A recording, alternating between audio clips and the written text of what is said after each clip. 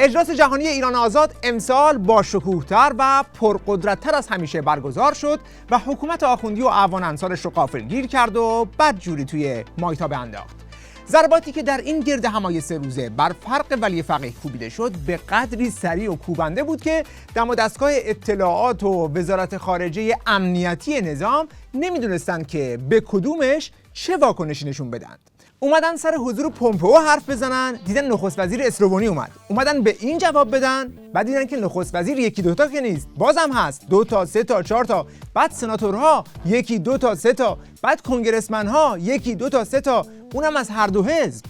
بعد این لیست که ته نداره 1000 تا شخصیته، بعد 50,000 نقطه تجمع در 16 تا پایتخت و در آخر اون چیزی که نفس رژیم رو بند آورد تصاویر 1000 کانون شورشی از داخل کشور بود که رو به دوربین اعلام حمایت می‌کردند.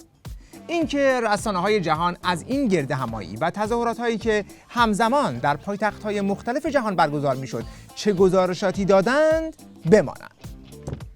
حالا توی این وضعیت نظار عظما آیت الله BBC مثل همیشه در نقش امدادرسان آخوندها سریع دست به کار شد تا یه جوری یه تنفس مصنوعی بهش بده. اما مشکلش این بود که هیچ کیلوگیر نیاورد به جز یک جفت مزدور اطلاعات، یکیش نوچه لاژوردی یعنی ایرج اسقاطی و دیگری هم شاگرد جلاد اوین یعنی شاه سوندی که این دوتا رو توی 2 تا برنامه با یک جفت توفاله شاه به عنوان سوس قضیه همراه کرده بود تا این ضربه رو از دل عظما در بیاره. که حالا اینا چی گفتن؟ سخنرانان زیادی در نشست مجاهدین خلق شرکت کردند. این آیا نشانه است از مقبولیت بین المللی اونها؟ راستش برای اولین بار نیست که این نوع مراسم برگزار میشه و افرادی در سطح آقای پومپئو درش شرکت میکنن. میدونیم که قبلا هم آقای پومپئو شرکت کردن. میبینید که داره تمام تلاشش رو میکنه که به ولی فقیه بگه آقا جونم زیاد ناراحت نشو، هیچ اتفاق جدیدی نیفتاده. پومپئو قبلا هم اومده بود. کجا، کی، کدوم برنامه مهم نیست. مهم اینه که یه خالی ببنده و ولی فقیهش رو از شوک در بیاره. و میدونیم قبلا هم اعضای حتی بسیار مهمتری هم شرکت داشتن. آقای نیوت گینگریچ بودن، مایکل موکیزی بودن و بسیاری از سناتورهای امریکایی. آخه خود ولی فقیه که میدونه چه ضربه‌ای خورده، این رو هم میدونه که روزخونی این جناب ابله با ردیف کردن لیست مهمتر و بسیار مهمتر چقدر بی ربطه. پس با این پرت و پلاها به جای اینکه آب رو روی آتیش دل عظما بریزه، با یادآوری ضرباتی که قبلا خورده بیشتر بنزین میریزه و داغ دلش رو تازه میکنه. در سطح اروپا هم همینطور بوده. شما میدونید آقای برنارد کوشنر وزیر امور خارجه سابق فرانسه ایشون شرکت داشتن و باید توجه داشته باشیم که آقای کوشنر تا زمانی که وزیر امور خارجه بودن به شدت از نگه داشتن مجاهدین در لیست تروریستی دفاع میکردن. حتی وقتی که دستور دادگاه اومد که برای که سازمان رو از لیست تروریستی در بیارن، آقای برنارد کوشنر به نمایندگی از دولت فرانسه تا آخرین لحظه اعتراض کرد و نسبت به این حکم حتی ولی میبینیم بعدش اتفاقا من تصور نمی‌کنم. بعدش چی؟ چرا یه دفعه گیر کرد؟ چون بازم اومد ابروی ولی فقیه رو درست کنه، زد چشمشم کور کرد. آخه یه چیزی بگو که از سوزش ولی فقیه کم کنه. اینم که باز بیشتر اعتراف به قدرت و حقانیت مجاهدین بود. چون همین آقای کوشنر بعدش که این به تته پته افتاد، وقتی در گرد همای مجاهدین شرکت کرد، ضمن تاکید روی مقاومت مشروع مجاهدین با شجاعت اخلاقی تحسین برانگیزی عذرخواهی کرد و در گرد همای امسال هم باز شرکت کرد و حمایتش رو از خواسته های مقاومت ایران اعلام کرد. L'analyse qui a été faite sur les moudjahidines du peuple et sur le terrorisme dont on les accusait a été une fausse analyse. Mais j'y ai cru moi aussi et je voudrais devant vous demander pardon pour cela. Donc mais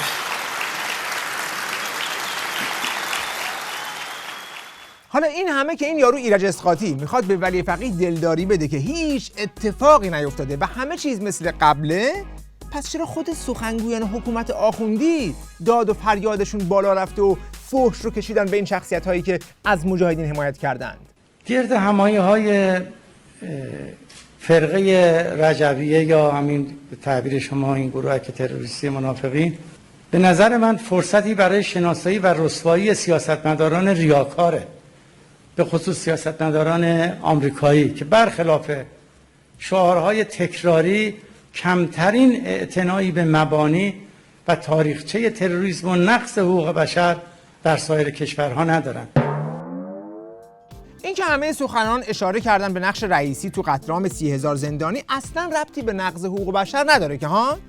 یا اینکه اشاره کردن به سرکوب زنان در ایران هم که ربطی به نقض حقوق بشر نداره. شلیک به مردمی که فقط برای بنزین یا آب اعتراض کردند از نظر این نقض حقوق بشر نیست.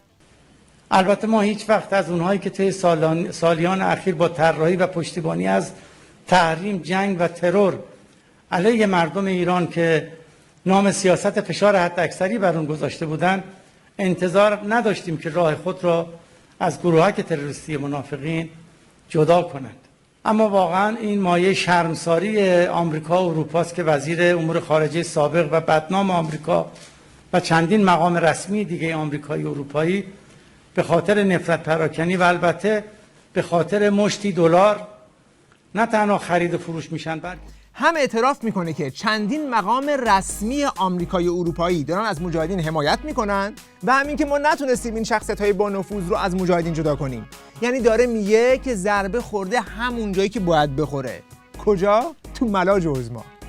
ضمناً اگر این شخصیت‌ها به خاطر مشتی دلار از مجاهدین حمایت کردند، خب شما 2 مشت دلار نداشتید به اونا بدید که بیان از شما حمایت کنند؟ البته تأکید کنم چون جناب عالی سوال کردید پاسخ دادم، وگرنه نه ارزش سیاسی داره نه هیچ ارزش خاصی داره این نوع گردهمایی ها. طرف همه جوابش رو که از قبل آماده کرده بود کلمه به کلمه با دقت از روی متن خونده، بعد آخرش میخواد کپی بیاد که نه چیزی مهمی نبود، همین الان همه این متن به ذهنم زد. مثل اون یارو میمونه که مشت میخوره میفته زمین تا خونه سینه خیز میره که بگه نه من چیزیم نشده. البته اعتراف به این که ولی فقیه در این گردهمایی یک ضربه به گیجگاهش دریافت کرده رو در صحبت سایر سخنگویان نظام هم میشه دید. امروز در این کشورهای مدعی حقوق بشر اجلاسیه برگزار میکنن و برخی از مقامات این کشورها هم وقیحانه در اجلاسیه‌های این سازمان تروریستی، گروهکی که در این کشور رئیس دیوان عالی کشور رو به شهادت رسوندن، رئیس جمهور و نخست وزیر این کشور رو به شهادت رسوندن، جمع زیادی از نمایندگان مجلس شورای اسلامی و دولتمردان رو به شهادت رسوندن. اگر اینها در مورد حقوق بشر صادقند، چرا پناهگاه تروریست هایی شدند که رسما این اقدامات تروریستی رو انجام دادند؟ فکر نمی‌کنی شاید به این دلیل باشه که شما در این 40 سال جنایاتی انجام دادید مثل قتل عام 30,000 زندانی، اعدام 120,000، کشتار 1500 نفر تو قیام آبان، زدن هواپیمای اوکراینی با موشک، کشتار مردم بلوچ، سرکوب مردم خوزستان، کهریزک. کافیه بازم بگم ترورهای خارج کشور، سرکوب مخالفین در عراق، سوریه، لبنان. شاید این چیزا برای شما عادی باشه ولی برای بقیه مردم دنیا اینها نقض حقوق بشر محسوب میشه. حالا با وجود اینکه سخنگویان حکومتی داد و فغانشون از این گردهمایی بالا رفته، ولی آیت الله بی‌بی‌سی تلاش میکنه یه جوری آب رو گلالود کنه تا از توش یه ماهی قورباغه چیزی برای ولی فقیه بگیره. ببینید من این رو اینجوری خلاصه میکنم خدمت شما. اگر سازمان مجاهدین کنونی آقا و خانم رجوی وجود نمی داشت، وزارت اطلاعات جمهوری اسلامی و حاکمیت جمهوری اسلامی باید یک سازمان این چنینی رو درست می کرد تا به اعتبار اون بتونه مسائل داخلش رو حل کنه، از مردم رو سرکوب کنه، معترضین مدنیش رو سرکوب کنه. و متقابلا اگر وزارت اطلاعات و یا سپاه پاسداران یا عناصر سرکوبگری در جمهوری اسلامی وجود نمی داشت که سازمان مجاهدین باید یک همچین سازمانهایی رو به وجود بیاره تا مخالفین، معترضین و منتقدین خودش رو به بهانه وابسته بودن به این نهادها بتونه سرکوب کنه. یعنی تو قیام آبان به خاطر مجاهدین بود که 1500 نفر رو رگبار بستند؟ هواپیمای اوکراینی رو به خاطر مجاهدین ساقط کردند؟ واکسن کرونای خارجی رو به خاطر مجاهدین ممنوع کردند که الان بیش از 300,000 قربانی گرفته؟ از اون طرف مجاهدین خودشون سپاهپاسداران رو راه انداختن که بهشون موشک بزنه، قتل عامشون کنه که بعد 40 سال باهاش مبارزه کنن که سرنگونش کنن. یعنی آدم واقعا میمونه که توی اون کله بافت‌های سلولی چیزی به اسم مغز وجود داره یا نه؟ آخه وگرنه چطور ممکنه که یک عقل سالم چنین فرضیه‌ای رو بپرورونه؟ بگذاریم که شاهسوندی باید بگه اگر سازمانی مثل مجاهدین مورد نیاز رژیم تا مخالفین رو سرکوب کنه، چرا وقتی ندامت میکرد دل لاژوردی و وزارت اطلاعات رو با تیر خلاص زدن به همین مجاهدین و اطلاعات دادن برای ترور دکتر کاظم رجوی به دست آورد؟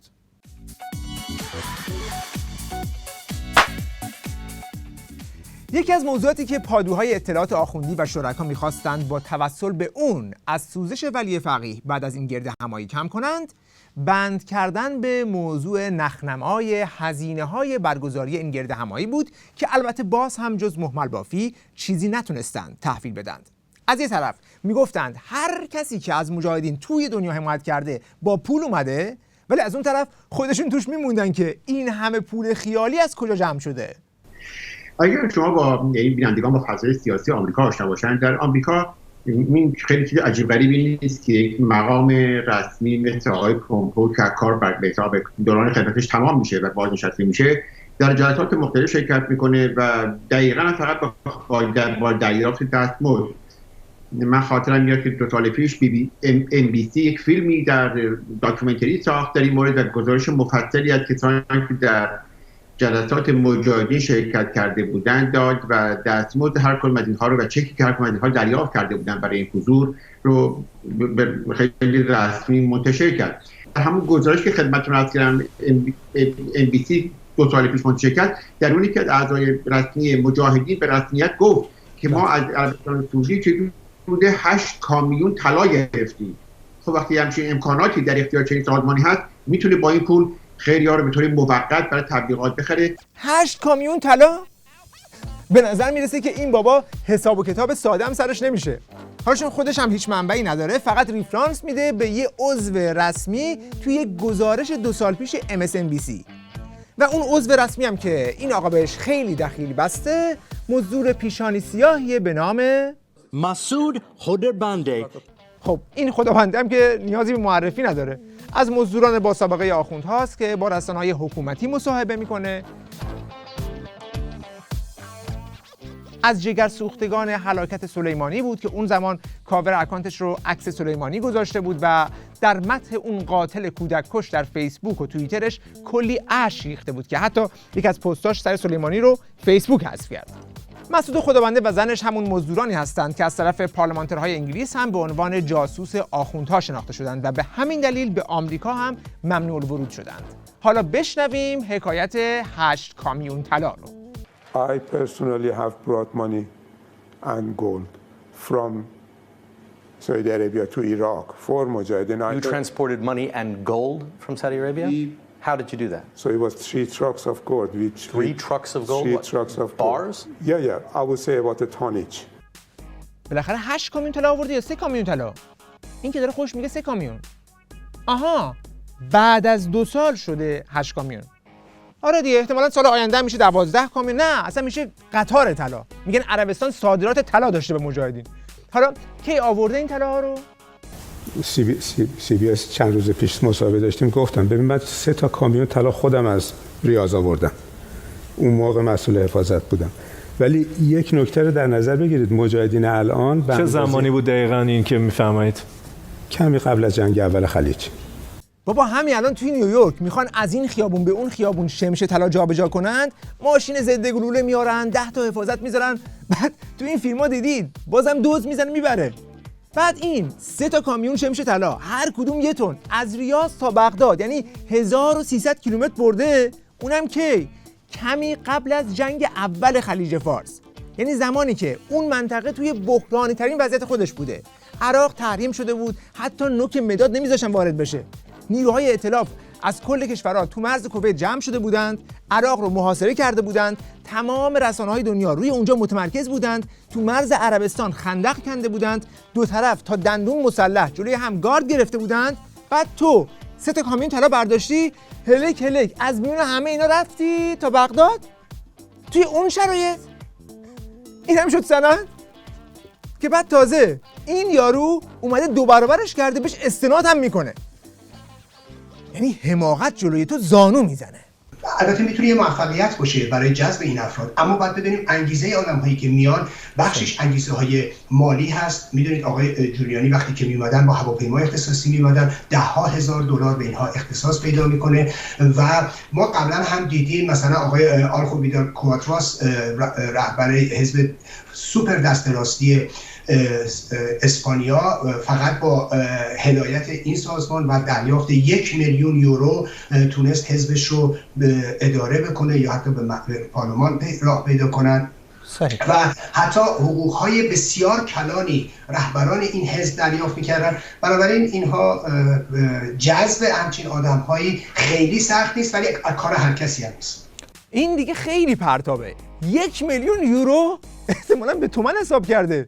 بابا 1 میلیون یورو تو میدونی چقدر پوله؟ بعد 1 میلیون یورو به این، هواپیمای اختصاصی برای اون، بعد 1-2 تا که نیست، 1000 تا شخصیته، هر کدوم تو بگو $100,000. بعد نه فقط خودشون، بلکه رهبران احزابشون رو هم مجاهدین دارن حقوق میدن، اونم حقوقهای نجومی. این دیگه میشه دور و بر 100 میلیون میلیارد دلار اینا.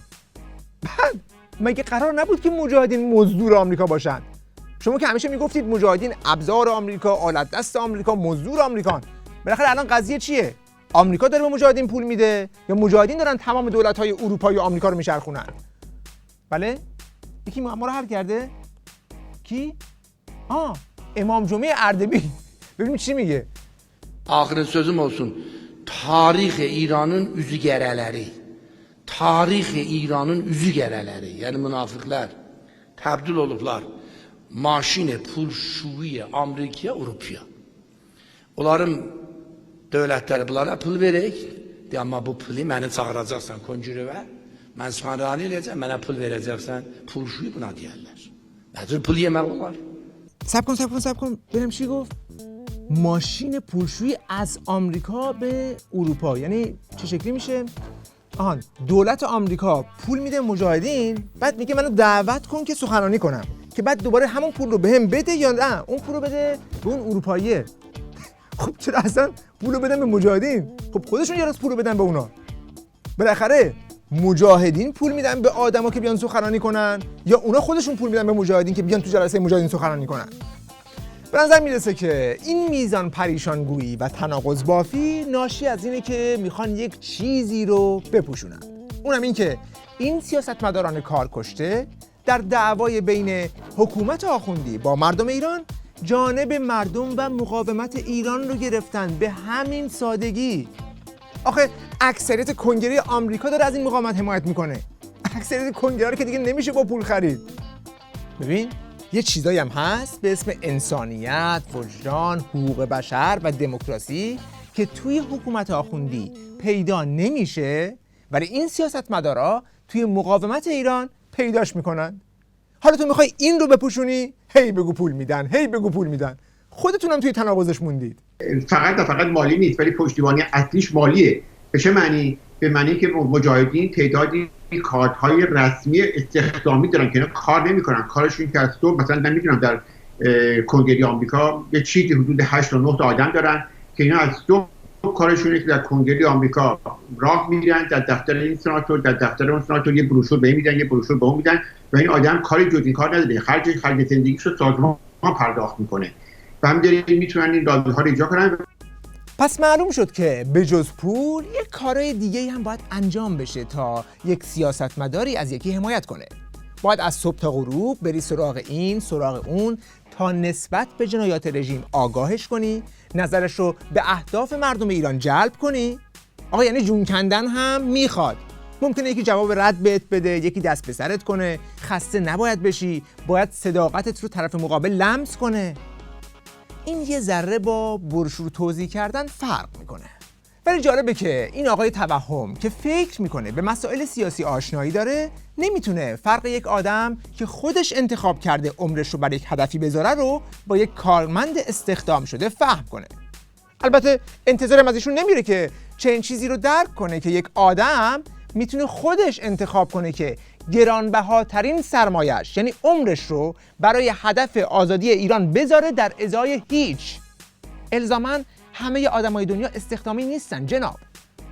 از قضا سرمایه اصلی مجاهدین همین آدمایی هستند که دارن داوطلبانه در ارتباط با یک تشکیلات فعالیت میکنند.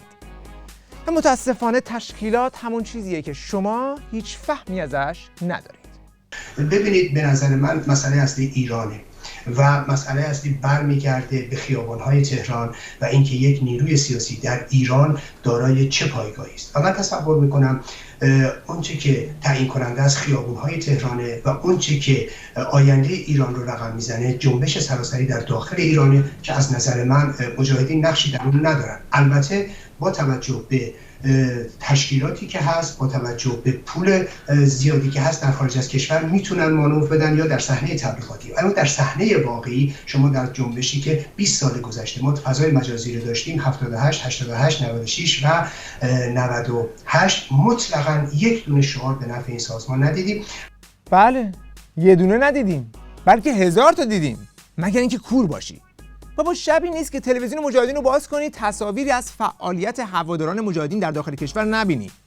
از نصب بنرهای چند متری روی پل‌های هوایی بگیر تا آتش زدن نمادهای سپاه و بنرهای خامنه‌ای و رئیسی و یا همین روزها بستن راه‌های مواصلاتی در حمایت از قیام خوزستان. قانون شورشی هستم از خوزستان، درود میفرستم به قیام تشنگان در خوزستان از فرمان برادر مسعود برای حمایت از قیام خوزستان حمایت میکنیم.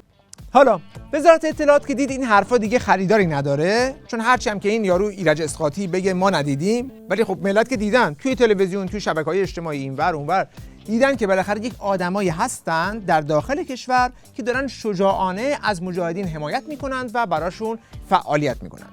بنابراین وزارت اطلاعات رفت یک مزدور مستعمل نخنمای فکستنی رو که چند ساله رفته زیر قبای آخوندها و داره برای انجمن نجات خدمت میکنه توی داخل کشور پیدا کرد، یه پولی بهش داد که در نقش کاراگاه قندلی بیاد توی سایت های رژیم این کشفش رو رونمایی کنه. شورشی که گاه برای این انجام می شود که بگویند هنوز در بین مردم ایران طرفدار دارند. میرن نمیدن تو کوه دربند عکس میگیرن صورتاشون پوشیده است. حالا واقعا اینا واقعی نیست، چون ما خودمون اونجا صحنه‌اش دیده بودیم که افرادی که تو خود آلبانیان میرفتن توی کوه کمر وای میستادن، خب صورتشون میپوشون، مثلا فیلم میگرفت به اسم کسی که تو ایران این فیلمو گرفت. آها، پس همه فیلمایی که نشون میدن رو خود مجاهدین توی خارج کشور گرفتن. آها، یعنی اصلا هیچ کس رو توی داخل ندارن. ها خب بریم یه بار دیگه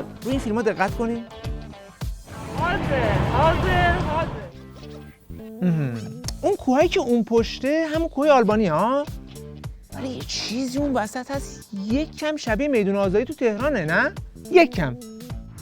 برادر مسعود، اسم من را در مؤسسان پنجم ارتش آزادی بخش بنویس. حاضر. این یکی هم قشنگ از آب و هواش برمیاد که یه جایی توی ایتالیا باشه، یه هوای همچین تروپیکال داره. ولی اون عقب یه پلی که خیلی آشنا به نظر میرسه با معماری شرقی، شبیه پل خواجو یا 33 پل اصفهان نیست؟ خیلی شبیه، نه؟ این که دیگه از نخلاش معلومه که فلوریداست، واضح. فقط چرا نوشته شهرداری اندیمشتان داشتیم تو فلوریدا؟ اندیمشتان؟ برادر، اسم من را برای مؤسسان پنجم بنویس. اینم که حتما باید یکی از هایوی‌های تگزاس باشه. ولی چرا پشتش نوشته به پایتخت تاریخ و تمدن ایران خوش آمدید، استانداری همدان. روی کارتش هم نوشته درود بر رجوی. عجیبه، مگه میشه همچین چیزی؟ این دیگه باید یکی از خیابون‌های پاریس باشه. ولی تبلیغ اپلیکیشن اسنپ تو پاریس، پس زیرش بنر 2 متری مریم رجوی. کی میتونه این کارو کرده باشه؟ ها برادر مسعود، اسم مرا برای مؤسسان پنجم ارتش آزادی بخش بنویس. آها، این دیگه احتمال باید کوه اشکوفان باشه، دور و بر تیرانا و دورس و اینا. ولی این بناها و معماریش چقدر آدم رو یاد دروازه قرآن شیراز میندازه. من که تا حالا خودم نرفتم، ولی تو گوگل مپ که عکساشو دیدم. حالا اونایی که رفتن بگن. آقا این دیگه حتما خود تیراناست، خیلی واضحه. مجاهدین رفتن، محوطه سازی کردن، یه میدون آزادی ساختن، یعنی به اندازه یک فیلم بن‌هور خرج کردن که این فیلمو بگیرن. ولی مطلقاً مجاهدین توی ایران حتی یک نفر هم طرفدار ندارن ها. یه وقت فکر نکنید که حتی یک نفر تابال به نفعشون شعاری دادا. درود بر رجوی. حاضر حاضر حاضر. آخه کارگاه قندلی نظام، معلوم نیست این حرفای تو باید روی کی تاثیر بذاره. روی هواداران مجاهدین که تأثیری نداره، چون اونا خودشون این فیلم‌ها رو گرفتن. اونی که خودش فیلمو گرفته که ابهامی نداره. از ترس اون بسیجی‌ها و پاسدارها هم چیزی کم نمی‌کنه که. آخه اونا هم که نمیتونن این فیلم‌ها رو جدی نگیرن، چون با یک واقعیت سرسختی به نام به آتش کشیده شدن نمادهای نظام هر شب مواجهند. پس در نهایت با این حرف جز این که وضعیت نظار عظما رو به نمایش بذاری و خودت رو مضحک کنی کاری نکردی. مراسمی که بخش از افراد حاضر در آن آمده بودند تا کمی از وقت تور گردشگری خود را در آنجا بگذرانند و مزدش را بگیرند. این باعث خوشبختی و سخنرانا همشون بدون استثنا با وعده پول میان. از پول بلیط هواپیماشون، پول هتل‌های گران قیمت 4 ستاره 5 ستاره تو اروپا، بعدم بره 1 دقیقه سخنرانی بکنه. پیداست که ضربه این گردهمایی اونقدر گیج کننده بوده که اطلاعات و تلویزیون آخوندی اصلا نفهمیدن که گردهمایی این بار توی پاریس نبوده. 3 ساله که گردهمایی تو پاریس برگزار نمیشه، داره تو اشرف استیج در آلبانی برگزار میشه. و تازه مشخصا گردهمایی امسال به دلیل محدودیت‌های کرونایی آنلاین برگزار شده. یعنی کسی برای سخنرانی تو این گردهمایی سفری نکرده.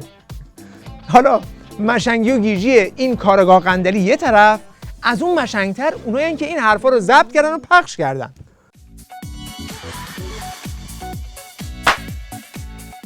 در ادامه همین کلیپ مصاحبه با مزدور قندلی، اطلاعات آخوندی اومد در مقابل گردهمایی مجاهدین یک فیلم هوا کنه. درست فردای 3مین روز گردهمایی خبر زد توی همه سایت‌های زنجیره‌ای که آقا ساعت 13 آماده باشید، میخوایم یک فیلم دیده نشده از قلب اردوگاه مجاهدین براتون نشون بدیم.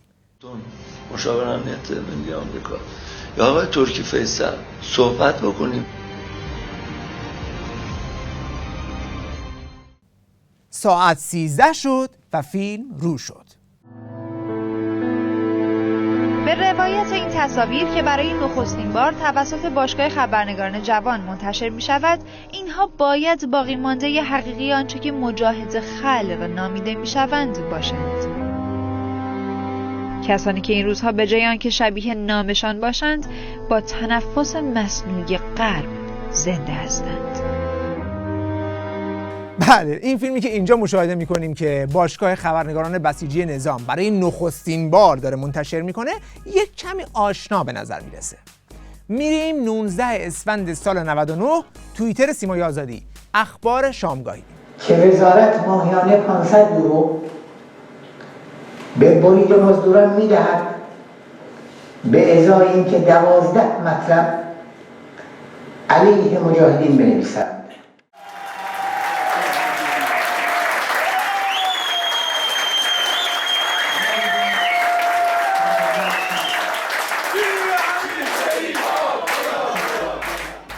خب این کلیپ که اینجا 70 بار هم ریتوییت شده، حداقل میشه گفت که برای نخستین بار نیست که توی این سایت رژیم رو شده. همچین منبع مخفی هم نداشته. شما الان برید میتونید مراجعه کنید به توییتر سیمای آزادی و خودتون هم ببینید. به این ترتیب به جای پخش نخستین بار، برای 1000مین بار اطلاعات آخوندی خودش رو ضایع کرد. در مجموع میشه گفت که گردهمایی امسال مقاومت ایران یک زلزله سیاسی ایجاد کرد و این حقیقت یک بار دیگه ثابت شد که تنها آلترناتیو دموکراتیک، منسجم و پایدار در برابر حکومت آخوندی مقاومت ایرانه که همواره اعلام کرده درهاش به روی همه ایرانیان آزادیخواهی که خواهان نفی تمامیت این رژیم و برقراری یک جمهوری دموکراتیک هستند بازه. خارج از این مقاومت هم بسیاری از ناظران سیاسی به رغم مخالفت اعتقادی با مجاهدین از منظر خودشون پاسخ یاوه‌های اطلاعات آخوندی و دیگران رو دادند. از جمله آقای شهرام همایون. میدونیم یکی از بزرگترین اشکالات ما اینه که زیاد حرف میزنیم کمتر عمل میکنیم. یه چیزی میخوام بهتون نشون بدم، یه آیه مربوط به سازمان مجاهدینه، سازمانی که همتون فوشش بدین، همتون بهش بد میگین، بدم عمل کرده، هنوزم بد عمل میکنه. آره یه جاهایی واقعا بد عمل میکنه، نمیدونم چرا، نمیدونم، متاسفم. بارها هم براشون پیغام فرستادم، گفتگو کردم، ولی گوش نمیدن، گوش نکردن. اما اول اجازه بده این آگهی رو براتون پخش بکنم. یه آگهی بوده مربوط به یک کنفرانسی در این ویکند گذشته. نگاه کنید لطفاً. گردهمایی بزرگ جهانی ایران آزاد با وصل ارتباط زنده از 50,000 نقطه در 105 کشور انجام شد. در این گردهمایی 11 نخست وزیر، 5 رئیس پارلمان و 70 وزیر پیشین از کشورهای مختلف شرکت داشتند. همچنین حضور 30 سناتور و نماینده کنگره آمریکا، 30 شخصیت برجسته آمریکایی و 250 قانونگذار چشمگیر بود. برخی از شرکت کننده ها عبارتند از مایک پومپئو وزیر خارجه آمریکا تا ژانویه 2021، یانس یانشا نخست وزیر کنونی اسلوونی، دانا برزیل، استفان هارپر، جان برکو، فرانکو فراتینی، میشل آلیوماری، پاندلی مایکو، برنارد کوشنر، ژنرال جیمز جونز، دوبرا لی جیمز، مارتین لوتر کینگ سوم، سناتور رابرت منندز، سناتور بوکر، سناتور روی بلاند، سناتور تد کروز، سناتور مگی حسن، سناتور جان کورنین، کوین مککارتی، تام مککلینتاک، جو ویلسون، برایان فیتزپاتریک، جودی چو، برد شنایدر، لیندا چاوز. آیا این لشکرکشی سیاسی نشانی از پایان حاکمیت خامنه ای نیست؟ خب بریم به سراغ فعلا مجاهدین. الان رامی همایون پول گرفت، اینا با کنفرانسشون تموم شد، این مال دیروز بیروز بود، پولی پرونده سازی نکنیم. ولی خب 11 تا نخست وزیر، 50 تا چی، 30 تا چی، 40 تا چی، زحمت کشیدن. 50,000 نقطه، میفهمین یعنی چی؟ 50,000 نقطه به هم متصل کردن، یک کنفرانس درست کردن. 50,000 نقطه، من نمیدونم، کار خیلی سخته، فوق العاده کار سختی. ما میتونیم فوششون بدیم، بعد بگیم، بیرا بگیم، اما چرا به غیرتمون بر نمیخوره؟ چرا ما از این کارا نمیکنیم؟ چرا ما از این کارا نمیتونیم بکنیم؟ خیلی سخت بود و سخت هست که ما مثلا در سر آرامگاه پادشاه ایران یک ماجرا درست کنیم. یه چیزایی رو نمیخوام اصلا واردش بشم، راجبش حرف بزنم، ولی واقعا این ادعای ما که ما بیشترینیم، ما برترینیم، ما بهترینیم، همه مثل ما فکر میکنن، اینا کجان؟ این همه کجان؟ این همه ادعا که بعضی موقع حالا من حرف میزنم هم صداشون در میاد، میخوام ببینم این همه ادعایی که میشه، این ادعاها به کجا برمیگرده؟ رضا MIS عزیز، وقتی که نیویورک رئیس جمهور ایران میاد، اقلاً 500 تا 1000 تا مجاهد از راه مجاهدین بلند میشن، از 2 روز قبل میان اونجا کار میکنن. امسال من یک کاری کردم برای نیویورک، 5 تا اتوبوس مجانی، آقا مجانی، ایها الناس مجانی، از کانادا، 5 تا از واشنگتن. بفهمید صبحونم میدم، نهارم میدم، شامم میدم. 5 تا اتوبوس ثبت نام کنید بیاین دیگه. 5 تا اتوبوس از کانادا، 5 تا اتوبوس از واشنگتن. میخوایم قدرت نمایی کنیم دیگه، میخوایم ببینیم چند مرده حلاجی. بسم الله. بفهمید شما باید کمک کنید، همه این را میافتید، بیاید ثبت نام کنید، بگید آقا میخوایم بیام از اتوبوس مجانی استفاده کنیم، صبحونم بخوریم، نهارم بخوریم، شامم بخوریم، بیام اعتراض کنیم به حضور. حالا شام و نهار که میگم دیگه معذرت میخوام، ترچی نمیدن اونجا دیگه، ساندویچ میدن برای توی اتوبوس دیگه. ولی میدونی همین سازماندهیش و برنامه‌ریزیش چقدر کار سختیه. خب خیلی هم اینجا تلویزیون دارن، خیلی کارام میکنن که حالا شما دیدی یه حرکتی داشته باشن. حزبامون این همه حزب و سازمان داریم، چرا یکیشون نیومدن یک کدوم از این نیویورکا بیان اونجا یه قدرت نمایی بکنن؟ $18,000 مجاهدین میدن فقط برای یک استیج، برای یک روز استیج اونجا میزنن. $18,000. ولی خب اینا پول گرفتن خرج مبارزه میکنن دیگه، دارن مبارزه میکنن. در دیگر تلویزیون‌های فارسی زبان اینترنتی هم موضوع گردهمایی مجاهدین سوژه‌ای بود که همه دربارش اظهار نظر می‌کردند. از جمله آقای بیژن افتخاری در تلویزیون پارس تیوی. بار سخنرانانی که در این جلسه بودن آقای دلدار آدمای مهمی بودن، یعنی آدمای استخونداری بودن. مایک پومپیو کاندیدای ریاست جمهوری 2024 یا یکی از کاندیدای ریاست جمهوری 2024 آدم این نمیتونم حالا یه عده سعی میکنن اینو خیلی کوچیک کنم بگم بابا یه عده بازنشسته بدبخت و بیچاره یه پولی گرفتن اومدن. اینطوری نیست، به این سادگی هم نیست. آفرین آیا دکتر خیلی قشنگی رسم گذاشتید، خیلی قشنگ. چون همین صحبت ها هست بعد ببینیم یه دفعه آدمی مثلا فکر کنم بولتونی که میگه آقا دیگه کاری نیست، سازمان ملل اومد بیرون و نماینده آمریکا یک دفعه دیم شد مشاور رئیس جمهور. درست میگی. اینا که میان این سخنرانی‌ها رو میکنن باید یه هماهنگی‌هایی در درون حزب خودشون بکنن، یه موضع‌گیری‌هایی بکنن.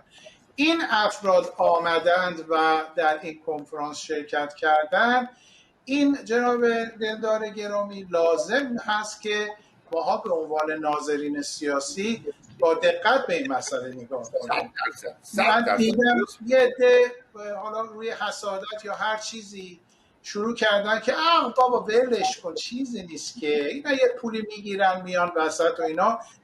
من متاسفم، ببینید من هیچ تمایلی به سازمان مجاهدین ندارم، اینجا اینو روشن عرض بکنم، برای که اصلا مجموعه‌ای که بخواد باز بیاد صحبت دین و اسلام و علی اینطوری کرد و پیغمبر اینطوری کرد با اون چی که من بهش اعتقاد دارم جور در نمیاد.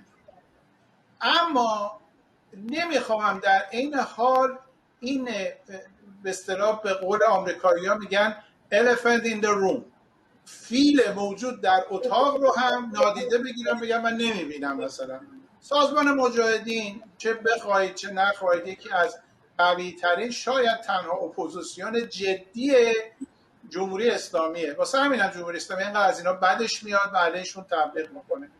وقتی این مجموعه رو میان اینطور مطرح میکنن و سخنرانی در موردش میکنن و حمایتش میکنن، ما نمیتونیم بشینیم و تماشا کنیم یا حسادت کنیم یا بگیم آقا بی خیالش بلش کن ندیدش بگیر.